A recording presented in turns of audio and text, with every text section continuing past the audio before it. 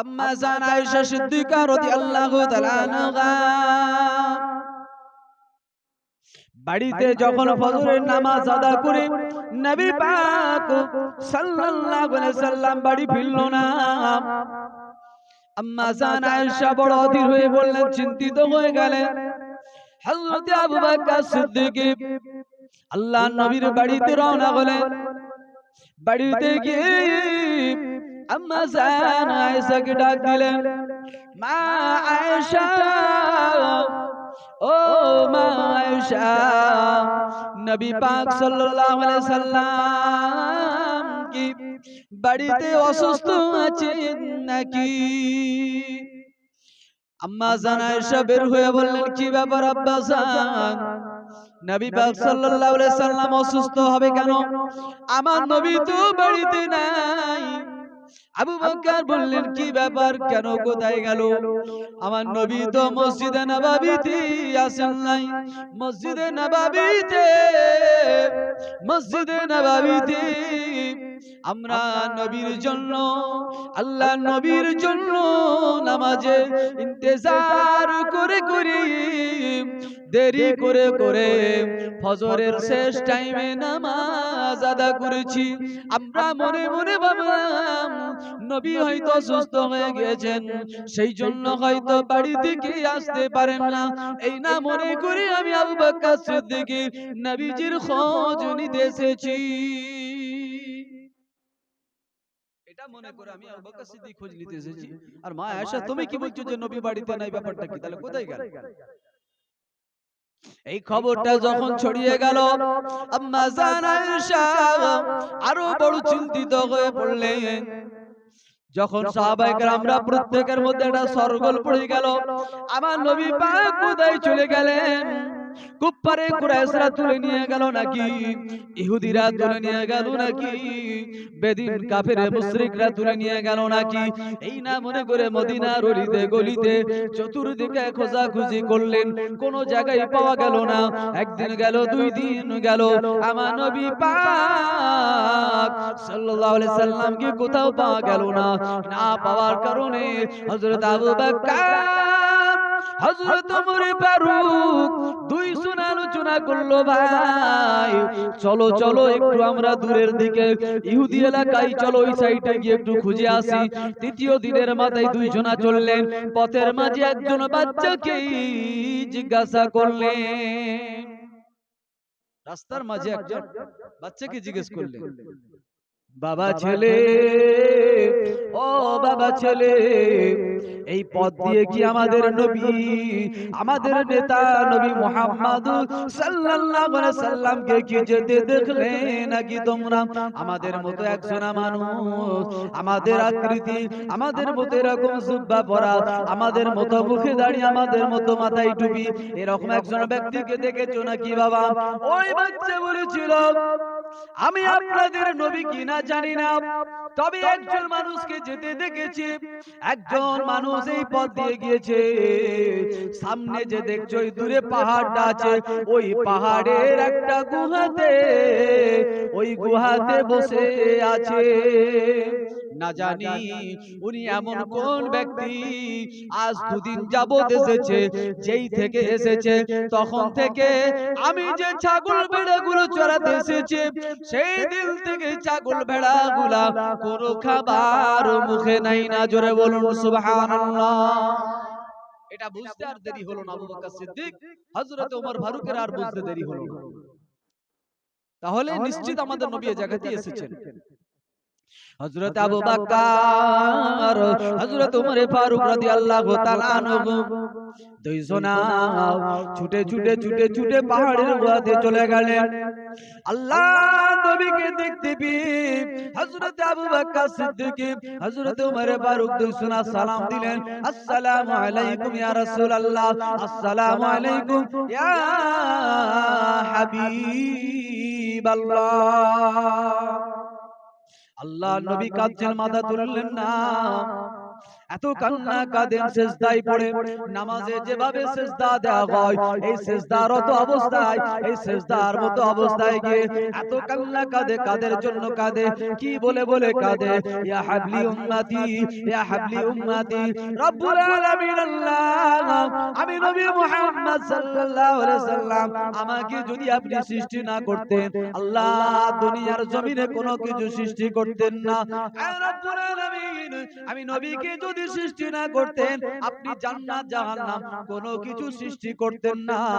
আয় রাব্বি আল্লাহ, ওই জান্নাত যেহেতু আপনি আমার জন্য সৃষ্টি করেছেন, কিন্তু আমি নবী মুহাম্মদ সাল্লাল্লাহু আলাইহি সাল্লাম আপনার দয়ার জান্নাতে যাব না যতক্ষণ না আমার গুনাহগার উম্মত উম্মতিদের তাদেরকে যতক্ষণ না ক্ষমা করে আপনি দয়ার জান্নাত দেবেন, ততক্ষণ আমি নবী মুহাম্মদ আমার উম্মতদেরকে ফেলে জান্নাতে যাব না।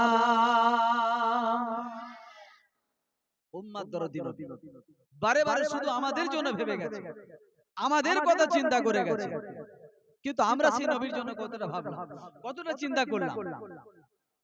নবী পাক সাল্লাল্লাহু আলাইহি সাল্লাম এই না মনে করে, উম্মতের কথা মনে মনে করে চিন্তা করে কেঁদে জারে জার হয়ে যায়। আবু বকর সিদ্দিক ভালো করে কথাটা লক্ষ্য করে আবু বকর সিদ্দিক বলেন, ইয়া রাসূলুল্লাহ, ইয়া হাবিবাল্লাহ, হুজুর আমি আবু বকর বলছি, আমার জীবনে যদি সবথেকে বড় কষ্ট থাকে তো আপনার কান্না দেখলে এর থেকে বড় কষ্ট আমাদের আর নাই। ইয়া রাসূলুল্লাহ, ইয়া হাবিবাল্লাহ, হুজুর আপনি কান্না থামিয়ে দেন, আপনি মাথা তুলুন, মাথা তুলুন। আল্লাহ নবী কোনোভাবে মাথা তুললেন না।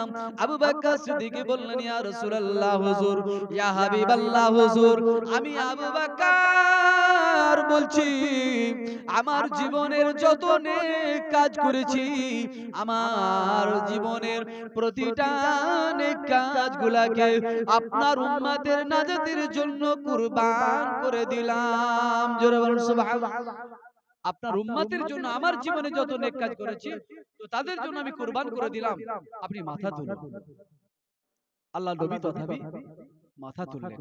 আবু বকর সিদ্দিকের জীবনে এত নেক কাজ আছে, এত নেক কাজ আছে, সারা জগতের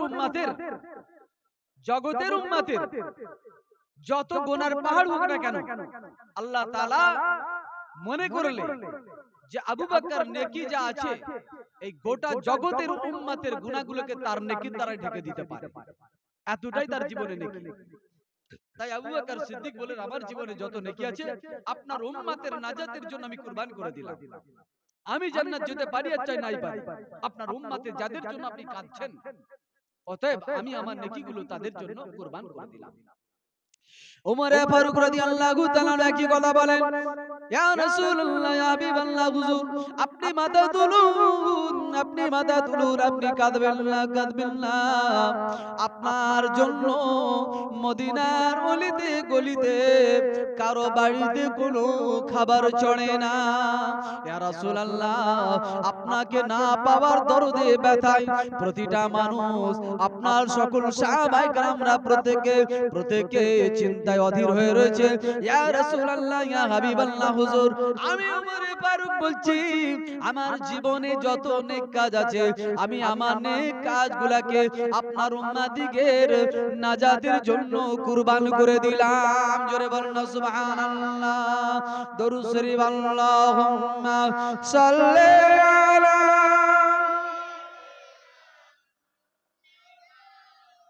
وعلى آل سيدنا مولانا محمد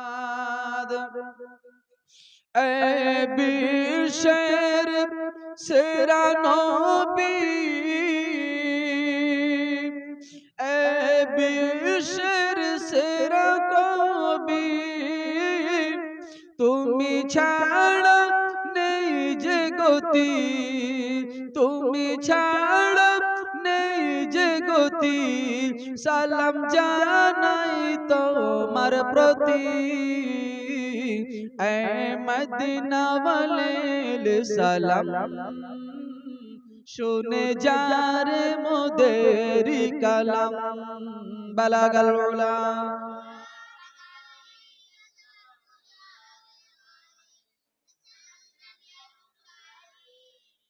সাল্লু আলাইহি ওয়া আলিহি। আল্লাহ নবী যখন মাথা তুললেন না, আবু বকর সিদ্দিক ওমর ফারুক দুইজনা মিলে আলোচনা করলেন, দুইজনা মিলে আলোচনা করলেন। আমরা দুইজনা এতক্ষণ ধরে এত কথা বললাম, আমার নবী তথাপি মাথা তুললেন না। আবু বকর সিদ্দিক ওমর ফারুক দুজনা আলোচনা করলেন, আমরা চলে যাই নবীজির সব থেকে ফেভারিট, সব থেকে ক্লোজ, সব থেকে প্রিয় বন্ধু হলো ইমাম হাসান আর হুসাইন। যদি তাদের দুইজনাকে নিয়ে আসি, ওই দুইজনা এসে যদি নানা ভাইকে যদি মাথা তুলতে বলে, আশা করি নিশ্চিত তুলবে, এর থেকে আর কারো আশা করা যায় না। দুজন আলোচনা করে যে এটা ছাড়া আর কোনো পথ নেই। আমরা তো নবীর কাছে খুবই প্রিয়, আমরা ফেভারিট, আমরা বলেছি আল্লাহ নবী এতক্ষণ ধরে মাথা তুললেন না, তাহলে এরপরে আমাদের কাছে আর বিকল্প রাস্তা এটা ছাড়া আর কিছু না। আবু বকর সিদ্দিক ওমর ফারুক দুইজনা গিয়ে যখন মদিনায় খবর দিল, মদিনাবাসী মদিনাবাসী সাহাবায়ে কেরামরা পাগলের মতো উন্মাদের মতো নবীকে না পাওয়া দরুদি বেতাই মদিনা থেকে ছুটে ছুটে আসছেন। আম্মা জান আয়েশা সিদ্দিকা রাদিয়াল্লাহু তাআলা আনহা ছুটছেন, আর ফাতিমা তো সারা রাদিয়াল্লাহু তাআলা আনহা দুই সন্তান হাসান হুসেনকে নিয়ে আব্বা জানের খুঁজে ছুটেছেন পাগলের মতো, কান্না করতে করতে কেঁদে কেঁদে আল্লাহ নবীর কাছে পৌঁছে গেলেন। গিয়ে সালাম দিলেন, আসসালামু আলাইকুম ইয়া রাসূলুল্লাহ ইয়া হাবিবাল্লাহ। প্রত্যেক সাহাবী পৌঁছে গেল। কি ব্যাপার, কেন কাঁদেন? উম্মতের জন্য আমার নবী কেঁদে জারে জার হয়ে যায়। ফাতেমা বারে বারে মাথা তোলার জন্য বলে, হাসান হুসাইন বলে আমার নবী মাথা তুলেন না। এত কান্না কাঁদে আল্লাহর কাছে বারে বারে ফরিয়াদ করে, কোনোভাবে মাথা তুলেন না। সেই সময়তে ফাতেমা বলেছিল, আব্বাস মাথা তুলুন। আমি ফাতেমা বলছি, আপনি যাদের জন্য এত চিন্তা করেন, এত কান্না কাঁদেন, আমি আমার জীবনে যত নেক কাজ করেছি, আমার নেকগুলো, আমার নেকিগুলো আপনার উম্মতের নাজাতের জন্য কুরবান করে দিলাম। জোরে বলেন সুবহানাল্লাহ। আপনি মাথা তুলুন, আপনি কাঁদবেন না, কাঁদবেন না। আব্বাজান মাথা তুলুন। ফাতেমা হতবাক হয়ে যায়, তথাপি আমার নবী মাথা তুলেন না। ফাতেমা তো জাহরা বলেন, আব্বাজান আপনাকে গত 3 দিন চলতেছে না পাওয়ার কারণে মদিনা নগরী কোন বাড়িতে খাবারের কোনো ব্যবস্থা নাই, কোন বাড়িতে হাঁড়ি চড়ে না। আপনাকে না পাওয়ার বেতায় কোন সাহাবী মুখে কোনো খাবার নাই না, কোন সাহাবী খায় না। ইয়া রাসূলুল্লাহ, ইয়া হাবিবাল্লাহ, হুজুর কি বলবো? এমন কি মদিনা নগরী মায়ের কোলে দুগ্ধ শিশুগুলা, মায়ের কোলে দুগ্ধ শিশুগুলা তারা পর্যন্ত মায়ের দুগ্ধ পান করেন না। জোরে বলেন সুবহানাল্লাহ। ওই কচি বাচ্চাগুলো তারা নবীকে নবী বলে বুঝেছিল, তারা নবীকে নবী বলে জেনেছিল, সেই জন্য তারা দুগ্ধ পান করেছিল না। আব্বাস এমন কি মদিনায় কোন জন্তু জানোয়ার পশুগুলো তারা পর্যন্ত আহার করে না। মদিনা নগর যেন একটা থমকে রয়েছে। আব্বাজান আপনি মাথা তুলুন। এত কথা বলার পর নবী মাথা তুললেন না। না তোলার পরে ফাতেমা জাহরা বলেছিলেন, আব্বাজান আপনি মাথা তুলুন, আপনি মাথা তুলুন। আব্বাজান কি বলবো, আপনি উম্মতের জন্য কেঁদে জারে জার হয়ে যান। আমি ফাতেমার কথা একটু চিন্তা করেন না, আপনার নাতি কলিজার টুকরা নয়নের মনি হাসান হুসাইনের কথা চিন্তা করেন না। আব্বাজান কি বলবো আপনাকে, আমার দুইটা সন্তান, দুইটা লাল, এক হলো হাসান আর এক হলো হুসাইন, এই দুইটা সন্তানকে আপনার উম্মতের নাজাতের জন্য কুরবান করে দিলাম। সেই কথা বলার সঙ্গে সঙ্গে আমার নবী সিজদা থেকে মাথা তুলে একার হাসান আর গোলৌসান দুজনকে বুকে টেনে নিয়ে কেঁদে জারে জার হয়ে গেল। এত কান্না দেখেছিল যে কান্না অন্য সময় নবীকে দেখা যায় না। এত কেঁদেছিল মা ফাতেমারে। কি কথা বললে মা? কেন তুমি এ কথা বললে মা? কেন তুমি এ কথা বললে মা? তোমার বলতে সে দেরি, বলা শেষ হতে না হতে আল্লাহর দরবারে কবুল হয়ে গিয়েছে মা। কেন তুমি এই কথা বললে মা? এই কথার তাৎপর্য তুমি জানো না? আমার হাসান আর হুসেনকে দুই জনাকে প্রাণ হারাতে হবে, তার কারণটা সেই কবুলটা, সেই দোয়া কবুলের জন্যই আমাকে, আমার আপনার নাজাতের জন্য হুসাইনকে